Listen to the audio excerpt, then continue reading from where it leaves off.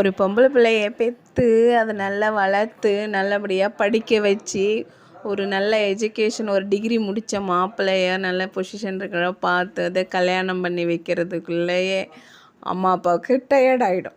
ஏன்னா அது எல்லா வரைக்குமே டயர்ட் ஆனாலும் நம்ம கையில் இருக்க நம்மளோட செலவு நம்மளோட கையில் இருக்க மாதிரியே இருக்கும் லைஃபு.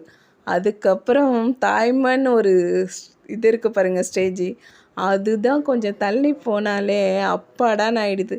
அப்படியே பழகுற ஃப்ரெண்ட்ஷிப்பு, மற்ற உறவினர்கள், மற்றவங்க எங்கே ரோட்டில் பார்த்தாலும் மற்றவங்க வீட்டு ஃபங்க்ஷனு எல்லாத்துக்கும் எப்போ எங்கே கூப்பிட்டாலுமே எங்கே போனாலுமே காதுபட அந்த குழந்தை இல்லைன்ற அந்த பேச்சு கேட்கும்போது பாப்பாப்பா ஜீரணிக்க முடியறதில்ல. இருந்தாலுமே 15 வருஷம் கழித்து இவ்வளோ ஒரு கிஃப்ட் கிடச்சிருக்கு.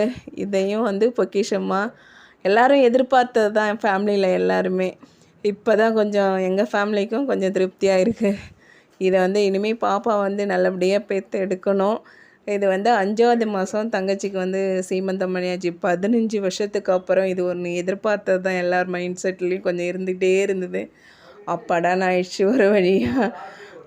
அவங்களோட மனசு எந்த அளவுக்கு வலிச்சுன்னு இருக்கோம் அதையும் அந்த ஃபீலையும் உணர முடியுது. இருந்தாலுமே இந்த ஃபங்க்ஷன் நல்லபடியாக ஹாஸ்பிட்டல் நியர்பையாகவே அப்படியே தம்பி வீட்டிலே பண்ணி முடிச்சிட்டாங்க. ரொம்ப ட்ராவலிங்லாம் வைக்கல, ரொம்பலாம் அலைச்சல் உடம்புக்கும் கொடுக்கக்கூடாதுன்னு நிறைய மெடிசன் எடுத்துகிட்ருக்காங்கன்றதால இது நம்ம கடவுள்கிட்ட நல்லபடியாக பாப்பா பிறக்கணுன்னு வேண்டிக்குவோம் ஃப்ரெண்ட்ஸ். பாய்.